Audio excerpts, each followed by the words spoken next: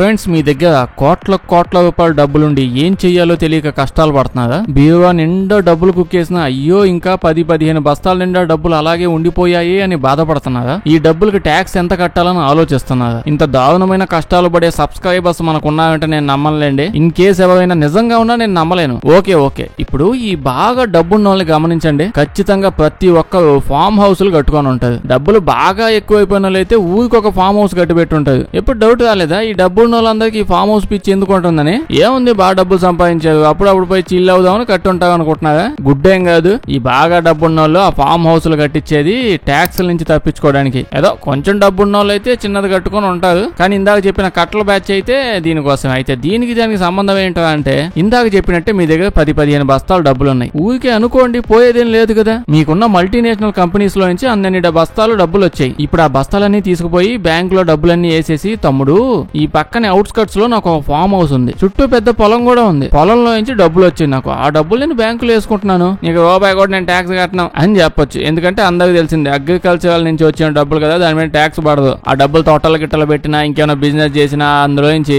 Minimum 18% tax అనేది కట్టాలి. అదే అగ్రికల్చర్ ప్రొడక్ట్స్ ఆ సైడ్ నుంచి ఇదిగో మాకుంది, ఫామ్ హౌస్ ఉంది, పొలం ఉంది అని చెప్తే ఆల్మోస్ట్ మాక్సిమం ఒకవేళ పడినా 5%, అంతకుమించి ట్యాక్స్ పడదు. ప్లేస్ ఫామ్ హౌస్ ఇప్పుడు ఎక్కడ కొన్నా రేట్ అనేది పెరుగుతూనే ఉంటది, తగ్గడం అనేది ఉండదు. వచ్చిన మనీని వచ్చినట్టు మొత్తం అంతా వైట్ చేసుకుంటూ కూర్చున్నారు. ఎన్ని కావాలంటే అన్ని కొనుక్కోవచ్చండి. అదే మీ డబ్బులు ఇంకో చోట ఇన్వెస్ట్ చేయాలనుకుంటే ఇప్పుడు ప్లాట్స్ కొంటారు, షాపులు కొంటారు, బిల్డింగ్లు కొంటారు, ఇలాంటివి ఏం కొన్నా జిఎస్టీ కట్టాలి, ట్యాక్స్ కట్టాలి, ఇవన్నీ ఉంటాయి. లేదు, ఫామ్ హౌస్ కొన్నా నేను, అంతే, ట్యాక్స్ ఫ్రీ. అదంతా ఇంకా మీ ఇన్వెస్ట్మెంటే. అర్థమైంది కదా? బస్తాల డబ్బులు ఎక్కడ పడితే అక్కడ పడేసుకోకుండా ఓ బస్తా నాకు ఇచ్చి మిగతా డబ్బులతో ఫామ్ హౌస్ కొనుక్కోండి. ఫామ్ హౌస్ కొన్నాక ఒక స్విమ్మింగ్ పూల్ కట్టేసి నన్ను పిలవండి. అయితే ఇప్పుడు మీకు చెప్పే న్యూస్ వినేసి ఉండొచ్చాము ఆల్రెడీ. మా ఎడిటర్ వీడియో బాగా లేట్ గా ఇచ్చారంటే ఖచ్చితంగా వినేసి ఉంటది. ఇన్ కేస్ మేము ఇన్స్టా నిబ్బా డాన్సులు తప్ప ఇంకేం చూడము అంటే ఇప్పుడు వినండి. అదేండి, ఓలా, ర్యాపిడో, బైక్ సర్వీసులు అన్ని ఎత్తేసారు. మన దగ్గర కాదులేండి, కర్ణాటక స్టేట్ మొత్తం మీద ఇంకెక్కడా ఉండదు ఓలా బైకులు, ర్యాపిడో బైకులు. ఇప్పుడు ఈ బైక్ ట్యాక్సీలు, బైక్ సర్వీసులు అన్ని తీసేసారు, గవర్నమెంటే ఎత్తేసింది. ఇంకా మీరు బెంగళూరు పోయారంటే ఇప్పుడు వెళ్తే బస్ ఎక్కాలి, లేదా ఆటో ఎక్కాలి, లేదా క్యాబ్ ఎక్కాలి. 40-50 రూపాయలతో స్పీడ్ గట్ట బైక్ ఎక్కేసి అలా వెళ్ళిపోయి వచ్చే ఛాన్స్ ఇంక లేదు. ఇది కదా అసలు ఫ్యాక్ట్ అంటే ఇది మన కోసం. ఇందాక చెప్పిన బస్తాలు డబ్బులు అదంతా ఎవరి కోసం చెప్పాను ఇప్పుడు కూడా నాకు తెలియట్లే. ఓకే, ఆల్రెడీ ఆ సర్వీసెస్ అన్ని క్యాన్సిల్ చేసేసారు కర్ణాటక మొత్తం. ఏమైందో మరి అంత తప్పేం జరిగిందంటే అది లీగల్ కాదంట. ఇప్పుడు ఆటోలు గానీ, క్యాబ్లు గానీ ఇవన్నీ ఉన్నాయనుకోండి, అవి లీగల్ గానే తెలుస్తాయి. నెంబర్ ప్లేట్స్ చూసినా ఇంకా అవి క్యాబ్స్ అన్న విషయం మనకు తెలిసిపోద్ది. గవర్నమెంట్ లా ప్రకారం కరెక్ట్ గానే ఉంది. కానీ ఇప్పుడు బైక్స్ ఇవన్నీ ఉన్నాయి కదా, వీటిని కమర్షియల్ గా నడపడానికి ఎక్కడ పర్మిట్స్ ఉండవు. స్టేట్ గవర్నమెంట్ కూడా ఇప్పుడు దాకా ఈవీ మోటార్ బైసికల్ మీద ఎటువంటి ప్రాపర్ యాక్ట్ గానీ, లా గానీ తీసుకొని రాలేదు. అయితే ఇప్పుడు వీళ్ళు తీసుకొచ్చిన ఈ లాని, అదే గవర్నమెంట్ తీసుకొచ్చింది ఇప్పుడు అన్ని తీసేయాలని, దాన్ని క్యాన్సిల్ చేయాలని జనాలందరూ ఆల్రెడీ గోల చేయడం స్టార్ట్ చేశారు. అంటే వాటిని నడుపుకొని డబ్బులు సంపాదించే వాళ్ళు కాదు, మామూలు జనాలు కూడా. బేసిక్ గా ఇట్లాంటి సర్వీస్ ఖచ్చితంగా బెంగళూరు అలాంటి పెద్ద సిటీస్ లోనే ఉంటాయి. ఎందుకంటే ఒక్కగా అయితే డబ్బులు తక్కువ అవుతాయి, ఇంకో పక్క ఫాస్ట్ కూడా వెళ్ళిపోవచ్చు. సిటీస్ లో ట్రాఫిక్ ఎలా ఉంటుందో తెలిసిందే. అంతంత డిస్టెన్స్ కవర్ చేస్తూ తొందరగా వెళ్ళాలంటే అదే బెస్ట్ ఆప్షన్. 2-3 ఉంటే ఎలాగో ఆటోలు, క్యాబ్ లోనే వెళ్తారు. సో నార్మల్ జనాలు కూడా దీనికి అగైనెస్ట్ గా ప్రొటెస్ట్ చేస్తున్నారు. ఇంకో పక్క వీటిని యూజ్ చేసుకునే పార్ట్ టైమ్ లో ఉండే స్టూడెంట్స్ గానీ, చదువు అయిపోయిన వాళ్ళు, ఇలా ఆల్మోస్ట్ 6-7 లక్షల మంది కర్ణాటకలో బైక్ ట్యాక్సీలు నడుపుకుంటూ దీంతో కొంచెం బతుకుతూ ఉన్నారు. ఇప్పుడు అదేం లేకుండా పోయింది. పెద్ద బిజినెస్ మ్యాన్లు కూడా దీనికి ఆపోజిట్ గా మాట్లాడుతున్నారు. అంటే ఒక్కసారిగా మొత్తం ఎత్తేయకుండా మంచి గైడ్ లైన్స్ తీసుకొని రావడం, ప్రాపర్ గా ఇలాంటి వెహికల్స్ తేవాలి, వాళ్ళకి ఇన్సూరెన్స్లు, ట్రైనింగ్లు, సలహాలు ఇలాంటివి ఏమైనా ఇచ్చి కొత్తగా ఏమైనా చేస్తే ఈజీగా ఉంటుంది. దీనివల్ల సంపాదించుకునే వాళ్ళకి ఇబ్బందే, జనాలకు కూడా ఇబ్బందే. మీరేమంటారు అయితే కామెంట్స్ చెప్పండి. అయితే ఫ్రెండ్స్, మనం చిన్నప్పటి నుంచి ఒక విషయం చదువుకొని ఉంటాం. అది చాలా మంది బయటకు అంత మర్చిపోయి ఉండొచ్చు. ఏం లేదు, భూమి మీద రకరకాల అట్మాస్ఫియర్స్ ఉంటాయి అని అంటాం కదా. అదేనండి, ట్రోపోస్ఫియర్, స్ట్రాటోస్ఫియర్, మీటోస్ఫియర్. ఇవి కొన్ని 100 కిలోమీటర్లు, 1000 కిలోమీటర్లు కొంచెం డిస్టెన్స్ లో ఉంటాయి. భూమి నుంచి పైకి వెళ్లే కొద్దీ ఒక్కొక్కటి వస్తూ ఉంటుంది. ఇది జస్ట్ చదువుకొని ఉంటాం అంతే. కానీ ఒరిజినల్ గా 90% కంటే ఎక్కువ మంది జనాలకు అసలు ఇదేంటో తెలియదు. ఓకనే బట్టి వదిలేసాం. చదువు కంప్లీట్ అయిపోయిన వాళ్ళు ఉన్నారు, ఆ చదువు సంకనాగిపోయిన వాళ్ళు కూడా ఉన్నాం. కానీ ఇప్పటికీ తెలియదు. అంటే మీకు ఇప్పుడు ఇంత డీటెయిల్ గా ఎక్స్ప్లెయిన్ చేస్తా అని చెప్పి నేను అనట్లేదు. మీకు చెప్పే డీటెయిల్స్ నాకు తెలియదు. కానీ అది ఉంటే ఎలా ఉంటుంది, లేకపోతే ఎలా ఉంటుంది, తేడాలు తెలుసుకోవాలంటే వెంటనే రాకెట్ వేసుకొని చందమామ మీదకి వెళ్ళిపోవాలి. చందమామ మీదకి వెళ్ళాం అనుకోండి, అక్కడికి వెళ్ళాక ఆల్మోస్ట్ మనకి ఏం అనిపించదు. ఊరికే వచ్చాం, ఏదో కొండల మీద ఉన్నట్టుంది అంతే కదా అనిపిస్తుంది. కానీ మన భూమికి అట్మాస్ఫియర్ ఉందిగా, ఆ విషయం నాకు తెలుస్తుంది, ఇప్పుడు అర్థమైపోయిందిగా, నాకు మొత్తం అంతా తెలిసిపోయింది అని అయితే ఖచ్చితంగా అనిపిస్తుంది. అంటే భూమి మీద ఉన్నప్పుడు మన అట్మాస్ఫియర్స్ అన్ని ఒక్కోటి దాటే కొద్దీ కొన్ని 100 కిలోమీటర్లు అలా వెళ్ళిపోయాక స్పేస్ అనేది వస్తుంది. చందమామ మీదకి వెళ్తే అలా కాదు, మనం ఇప్పుడు నుంచుంటాం కదా చందమామ మీద,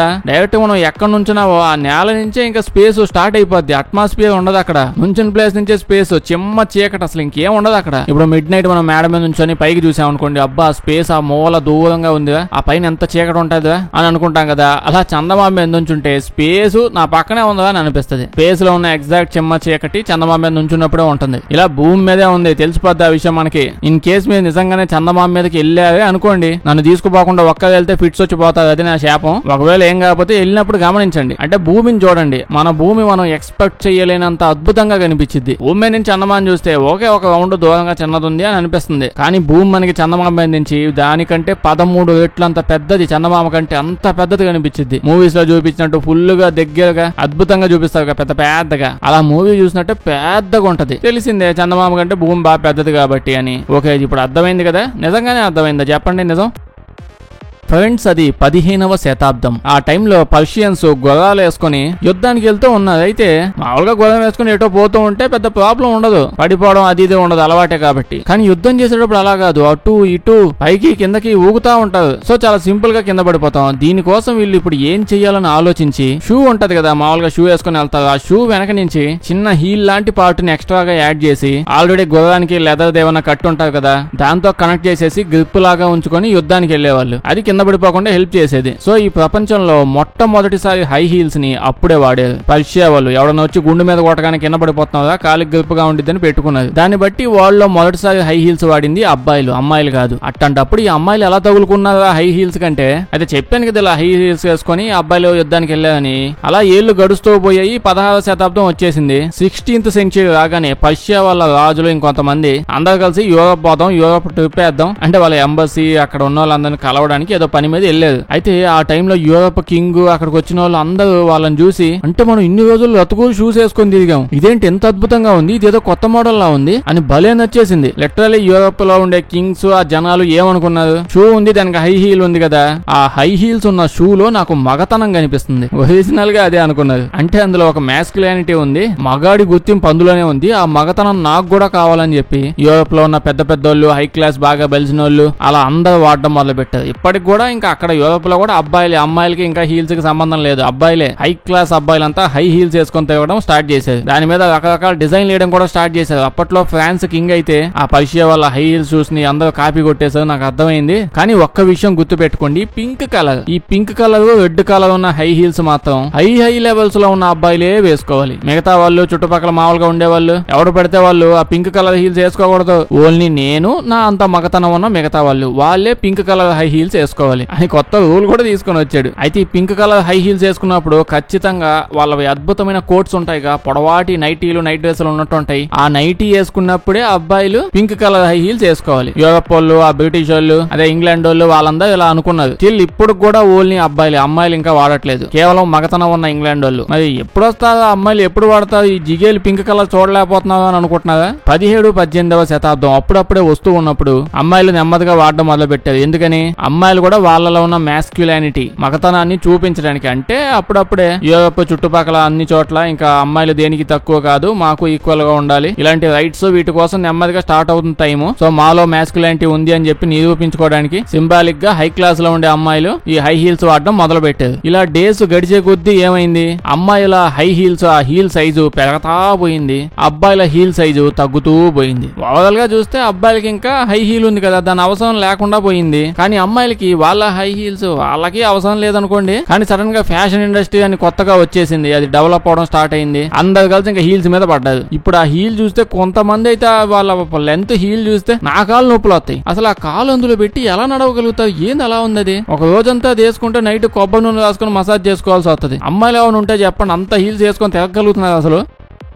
ఫ్రెండ్స్ అది 2005 ఏడాది. ఒక నర్సింగ్ హోమ్ ఉందిలేండి, అక్కడ ముసలి వాళ్ళని చూసుకుంటూ ఉంటారు. పాపం రకరకాల డిసీజులు అవన్నీ ఎక్కువగా ఉన్న వాళ్ళు కూడా చాలా మంది ఉంటారు. అయితే ఆ నర్సింగ్ హోమ్ స్టాఫ్ అంతా అబ్జర్వ్ చేస్తూ ఉన్నారు. అక్కడ ఉన్న ఓల్డ్ పీపుల్ అందరూ చాలా బాధపడుతూ సాడ్ గా ఉంటూ బాగా లోన్లీగా ఫీల్ అవుతూ ఉన్నారు. సో హాస్పిటల్ స్టాఫ్ వాళ్ళందరూ బాగా ఆలోచించి ఏం చెయ్యాలని చెప్పి ఒక పిల్లిని ఎత్తుకొచ్చారు. పిల్లి అంటే అందరికి ఇష్టం ఉంటుంది కదా, ఉన్న వాళ్ళందరూ ఆ పిల్లితో పాటు హ్యాపీగా ఆడుకుంటూ రీఫ్రెష్ అవుతావులే అని చెప్పి ఆస్కార్ అని చెప్పి ఒక పిల్లిని ఎత్తుకొచ్చారు. మంచి థెరపీ ఇస్తుందని తీసుకొచ్చారు. తెచ్చాక ఏమైంది? ఇప్పుడు అక్కడ ఉన్న పేషెంట్లు, ముసలి వాళ్ళు, లోన్లీగా ఉండేవాళ్ళు చాలా మంది ఉన్నారు కదా.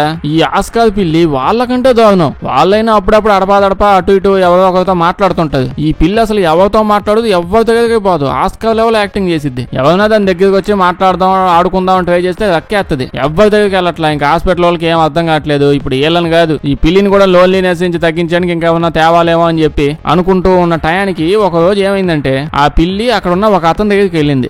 మాటికి అతని దగ్గరికి పోతూ చాలా ఇంట్రెస్ట్ చూపిస్తూ ఉంది. అతనితోనే ఉంటూ టైం స్పెండ్ చేస్తూ ఫుడ్ కూడా అతను ఉంటే తింటుంది. సరేలే మొదట్లో మొహమాట పడిందేమో, ఇప్పుడు అలవాటు అవుతుందేమో అని అనుకుంటూ ఉన్నారు. కానీ 1 వీక్ అయ్యాక ఏమైంది, అతను చచ్చిపోయాడు. ఆ పిల్ల నెక్స్ట్ రోజు ఇంకొక ఆవిడ దగ్గరికి వెళ్ళి ఆవిడతోనే టైం స్పెండ్ చేస్తుంది. ఓన్లీ ఆవిడ దగ్గరికి ఇంకెక్కడికి వెళ్ళట్లా. 2 రోజులకు ఆవిడ కూడా చనిపోయింది. మళ్ళీ ఇంకొకటి దగ్గరికి వెళ్ళింది. అతను కూడా ఇంకో 3 రోజుల్లో చచ్చిపోయాడు. చెప్పాలంటే ఇలా జరుగుతూనే పోయిందంట. ట్యాప్ కూడా కొంచెం అర్థం కాలేదు. బాగా అబ్జర్వ్ చేశాక వాళ్ళకి తెలిసింది ఇది ఎవరైతే ఇంకొన్ని రోజుల్లో చనిపోబోతున్నారో ఎగ్జాక్ట్ గా వాళ్ళ దగ్గరికి వెళ్తుంది. ఇప్పటిదాకా కూడా అది ఎంత మందితో అయితే టైం స్పెండ్ చేసిందో వాళ్ళందరూ మొత్తం అందరూ గట్టిగా 4-5 డేస్ లోనే చచ్చిపోయారు. అంటే ఇది వెళ్తే చచ్చిపోతున్నారని కాదు, ఎవరైతే చనిపోబోతున్నారో వాళ్ళ దగ్గరికే ఈ పిల్లి వెళ్తుంది. వాళ్ళతోనే టైం స్పెండ్ చేస్తుంది. హాస్పిటల్లో అయితే ఒక ఎక్స్పెరిమెంట్ కూడా చేశారు. వాళ్ళ స్టాఫ్ సీనియర్ ఒక అతను ఉన్నాడు. అతను బాగా ముసలాయన అయిపోయాడు. బాగా ఏజ్ వచ్చింది కానీ ఇంకా చనిపోతాడు అనే రకంగా అయితే లేడు. కొంచెం హెల్తీగా బాగానే ఉన్నాడు. అతన్ని హాస్పిటల్ కి పిలిపించారు. ఆ పిల్లితో అతన్ని టైం స్పెండ్ చేయమని అడిగారు. అతను టైం స్పెండ్ చేశాడు. పిల్లి కూడా అతనితో ఉండడానికి ఇష్టపడింది. కట్ చేస్తే పాపం 2 రోజుల్లో చచ్చిపోయాడు అతను. జోక్ గా నిజంగానే పాపం అతను చచ్చిపోయాడు. అప్పటి నుంచి ఇంకా స్టాఫ్ వాళ్ళంతా ఆ పిల్లి హాస్పిటల్లో ఎవరి దగ్గరికి పోతే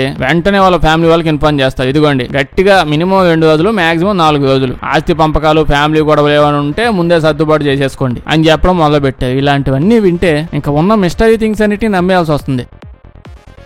ఫ్రెండ్స్, ట్రైబల్ పీపుల్ తెలుసు కదా, నార్మల్ ప్రజెంట్ ఉన్న వరల్డ్ తో ఎటువంటి కాంటాక్ట్ లేకుండా అడవుల్లో, కొండల్లో అంటే బయట ప్రపంచంతో సంబంధం లేకుండా ప్రశాంతంగా బతుకుతారు. ఇండియాలో అయితే అండమాన్ నికోబార్ సైడ్ ఉన్నారు. వాళ్ళ గురించి తెలిసిందే కదా, వరల్డ్ అంతా తెలిసిన విషయమే. సేమ్ ఇదే విధంగా రకరకాల దేశాల్లో సౌత్ అమెరికాలో అయితే కొన్ని 100 ట్రైబ్స్ ఉంటాయంట. అంటే అక్కడ అమెజాన్ అడవులు చాలా పెద్దగా ఉంటాయి కదా, అక్కడ చాలా ట్రైబ్స్ ఉంటాయి. వాళ్ళ విధి విధానాలు, పద్ధతులు అన్ని చాలా డిఫరెంట్ గా ఉంటాయిలేండి. అయితే అక్కడ యనమామి అని ఒక ట్రైబ్ ఉంటుంది. అది బాగా ఫేమస్. అప్పట్లో చాలా పెద్దది. అయితే అందరూ గ్రూపులుగా విడిపోయి చాలా డిఫరెంట్ ట్రైబ్స్ గా ఫామ్ అయిపోయి అమెజాన్ అడవుల్లో డిఫరెంట్ ప్లేసులకు వెళ్ళి ఉండిపోయారు. అందులో సగం కంటే ఎక్కువ ట్రైబ్స్ ప్రెసెంట్ వరల్డ్ ఉంది కదా, దాంతో అంటే ఫుల్ గా కాకపోయినా ఆల్మోస్ట్ కాంటాక్ట్ లో ఉండి వాళ్ళ విషయాలు అవి షేర్ చేసుకుంటూ ఉంటారు. ఇంకొన్ని ట్రైబ్స్ ఉంటాయి. యనమామిలోనే ఒక ట్రైబ్ ఉంది, అసలు ఎవ్వరితో కాంటాక్ట్ అవ్వడానికి ఒప్పుకోలేదంట. వాళ్ళ వరకు సపరేట్ గా ఉంటారు. వాళ్ళ కన్స్ట్రక్షన్, స్ట్రక్చర్లు అన్ని చూస్తే చాలా బాగుంటాయి, డిఫరెంట్ గా ఉంటాయి. ఇక్కడ ఇప్పుడు ఎగ్జాంపుల్ కి ఇలా చూస్తున్నారా, ఇది వాళ్ళ జనాలందరూ గ్యాదర్ అయ్యే ప్లేస్. అంటే అందరికీ సపరేట్ హౌస్లు ఉంటాయి, కానీ ఇక్కడ చూస్తున్నారు కదా, ఇది వీళ్ళ విలేజ్ మొత్తం కలిసే టైం ఉండే ప్లేస్. వీటిని యానోస్ అని పిలుస్తారు. వాళ్ళ ఉత్సవాలు, ఆచారాలు ఇవన్నీ చెయ్యాలనుకుంటున్నప్పుడు ఇక్కడ గ్యాదర్ అవుతారు. ప్రపంచంలో ఉన్న ప్రతి చెట్టు, ప్రతి జీవిలో ఒక స్పిరిట్ ఉంటుంది. మనం ప్రతి దానికి రెస్పెక్ట్ ఇవ్వాలని చెప్పి నమ్ముతూ ఉంటారు. ఇంకా మిగతా ఆచారాలు కూడా భలే ఉంటాయి. ఇప్పుడు వాళ్ళ ఫ్యామిలీలో ఎవరు పుట్టిన వెంటనే వాళ్ళ కోసం అంటూ ఒక మొక్క నాటుతారు. అది పెద్దదవుతుంది. దాంతో పాటు పుట్టిన వాళ్ళు కూడా పెద్ద అవుతారు. ఒక ఏజ్ వచ్చాక వాళ్ళు చనిపోతారు. చనిపోయినప్పుడు వాళ్ళు నాటిన మొక్కే చెట్టు అయిపోయి ఉంటది కదా, ఆ చెట్టు లోపల పూడ్చిపెట్టడం లేదా ఆ చెట్టు కింద ఆ చెట్టుతో పాటు పూడ్చేస్తూ ఉంటారు. స్పిరిచువల్ థింగ్స్ అయితే చాలా చేస్తుంటారు. గుడ్ స్పిరిట్, గుడ్ ఎనర్జీ ఉన్నప్పుడు బ్యాడ్ ఎనర్జీ కూడా చాలా ఉంటుంది. వీటి నుంచి వాళ్ళని దూరంగా ఉంచడానికని వాళ్ళు చేసే పనులు చాలా ఉంటాయి. అయితే ఈ మధ్య కొన్నేళ్ల నుంచి ఏమవుతుంది, ఈ యనమామి ట్రైబ్ వాళ్ళే కాదు, రకరకాల డిఫరెంట్ ట్రైబ్స్ వాళ్ళు జనాలు ఉండే ప్లేసుల్లోకి, అడవులు దాటేసి నదుల దగ్గరికి, అంటే వీళ్ళు ఎప్పుడు రాని ప్లేసులు, వీటన్నిటిని దాటేసి ఎక్కడ పెడితే అక్కడ కనిపిస్తూ ఉంటున్నారు. ఎందుకు ఇలా అవుతుంది? వాళ్ళంత ప్రశాంతంగా బతుకుతున్నప్పుడు మనం బతకనిస్తామా ఏంది? బతకనేమో. అందుకే వాళ్ళు రాక తప్పట్లేదు. అంటే వాళ్ళు ఉండే ప్లేసుల్లో ఆ చుట్టుపక్కల రకరకాల వస్తువులు దొరుకుతున్నాయని, డిఫరెంట్ చెట్లు ఉన్నాయని, భూమి లోపల గోల్డ్ ఉందని, మైనింగ్ అని, అందరికీ బంగారం కావాలి, అన్ని కావాలి. బేసిక్ అయితే బతకడానికి ఒరిజినల్ గా ₹1 యూజ్ కూడా ఉండదు ఆ బంగారం, కానీ అందరికి కావాలి. దీంతో పాటు ఏవో కొత్త చెట్లని, మంచి జంతువులు ఉన్నాయని, లెదరని కొట్టుకుంటా పోతున్నారు, చంపుకుంటా పోతున్నారు. ఇలా బీభత్సంగా జరుగుతున్నాయి. చెట్లన్నీ కొట్టేస్తున్నారు. వాళ్ళకి ఎటు వెళ్ళడానికి తెలియట్లే. మన జేమ్స్ క్యామరూన్ అంకుల్ మాటిమాటికి అవతార సినిమాని ఒరిజినల్ గా తీస్తున్నాను నేను, ఇదంతా భూమి మీద జరిగేదే నేను చూపిస్తున్నాను, అదేదో వేరే గ్రహం మీద జరుగుతుంది అనుకోమాకండి, ఇక్కడ జరిగింది అక్కడ చూపిస్తాను అని ఎందుకు అంటున్నాడు? ఎగ్జాక్ట్ గా అదేగా జరుగుతుంది. మైనింగ్, చెట్లు, అది అని చెప్పి అన్ని లేపుకుంటా పోతున్నారు. అవతార మూవీలో కూడా అదేగా చూపించింది. ఇక్కడ నిజంగా జరుగుతుంది. అందుకే వాళ్ళు బయటకు వచ్చేస్తున్నారు. అయితే యనమామీస్ వీళ్ళందరికీ మెయిన్ హెడ్ లాగా ఒక అతను ఉంటాడులేండి. అతను మాటికి బయటకు వచ్చి అందరిని అడుగుతూ ఉన్నాడు, మమ్మల్ని బతకనియండి, మా బతుకేదో మేము బతుకుతాము, కనీసం మా ప్లేస్ సైడ్ కి రాకండి, అట్లీస్ట్ ఓ బోర్డర్ లాగా పెట్టి అక్కడికైనా రాకుండా ఉండండి అని చెప్పి అడుగుతూనే ఉంటాడు అతను. ఎందుకంటే మనం అవన్నీ, మనకు అన్ని అడ్వాన్స్డ్ ఫెసిలిటీస్ ఇవన్నీ కావాలి, లేకపోతే మనం బతకలేము. అతను ఈ టైంకి ఇప్పటికి కూడా అడుగుతూనే ఉన్నాడు. వీళ్ళదంటే పెద్ద టైప్ కాబట్టి ఇప్పటికైనా తెలుస్తుంది. కానీ ఇండోనేషియాలో ఇంకొన్ని ప్లేసుల్లో చిన్న చిన్నవి ఉంటాయి. వాళ్ళందరినీ అయితే అసలు వాళ్ళకి ఏమవుతుందో కూడా తెలియదు. ఎవరికి మొత్తం అన్ని కొట్టిపడేసేది. ఎప్పుడు మీరేమంటారు దీని గురించి కామెంట్స్ చెప్పండి. నచ్చుంటే లైక్ చేయడం మర్చిపోకండి. ఇలాంటి వీడియోస్ ఇంకా కావాలంటే మా ఛానల్ చెక్ చేసి చూడండి. అలాగే సబ్స్క్రైబ్ చేసేయండి.